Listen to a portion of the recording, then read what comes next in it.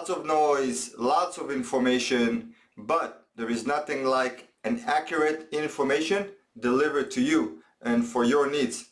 This is Shlomo Errol here with Kel Realty and with the SA Group real estate agent here in the Chicago metro area, and I'm here to deliver you the mid-November update, what's going on and where are we heading to. The big news is shortage of inventory, where we had it for a very long time and it's gonna keep on being the big news. This is going to be a new normal. So if you're in the market for sale or to buy, you might want to get used to this. So let's jump in. So as we jump into the market right here, the home for sales, the current home for sales numbers is around 30,000. We can see this wave kind of starting to go down, and if we go to last year, September was the peak and then it went down a little bit. Over here we see something different. We see September was a little bit lower, not by a lot, by only 100 homes for sale.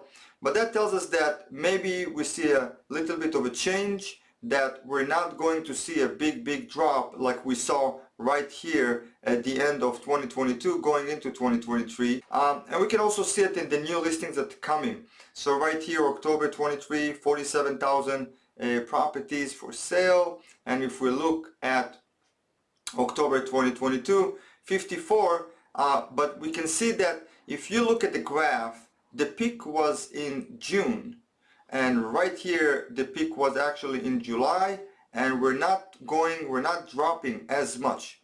We're still at 12.4% less than last year, and that takes me to the next one. The properties that are under contract, it's only 7.3. Obviously we're going to have less properties going under contract for the simple reason that we have less homes.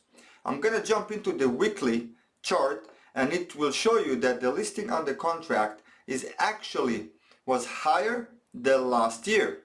So this year we had more properties going under contract than last year, and this is despite the shortage of inventory that we have and the amount of homes that we had on the market.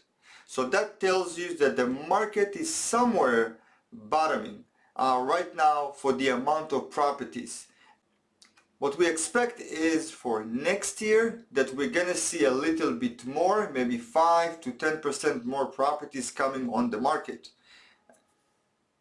Now certain areas will only see 2 to 5%, and some areas will see 5%, and some areas will see 10%.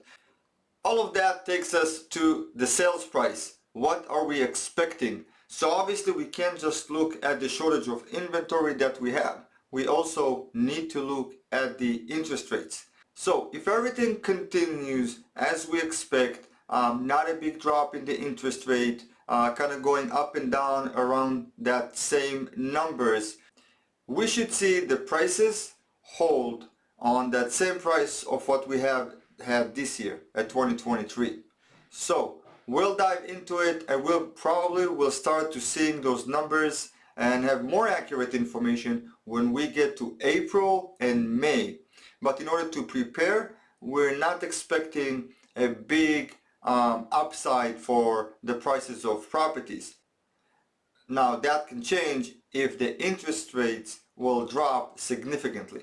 This is the mid-November update about the market. Just in short, and the bottom line, that we're not expecting any big shifts or any big swings of the prices or on the amount of properties that are coming to the market. So we should see a little bit more properties going into the market starting February and March. We're not going to wait till May to see them. If you're looking for an opportunity and you see some homes out there that might fit you, this is the time to get them for a lower price. I'm going to have more videos about it, diving in not only to the pragmatic and charts, but also to the aesthetic. What is your needs, and why would you choose to buy a home or move from your current home to a new one?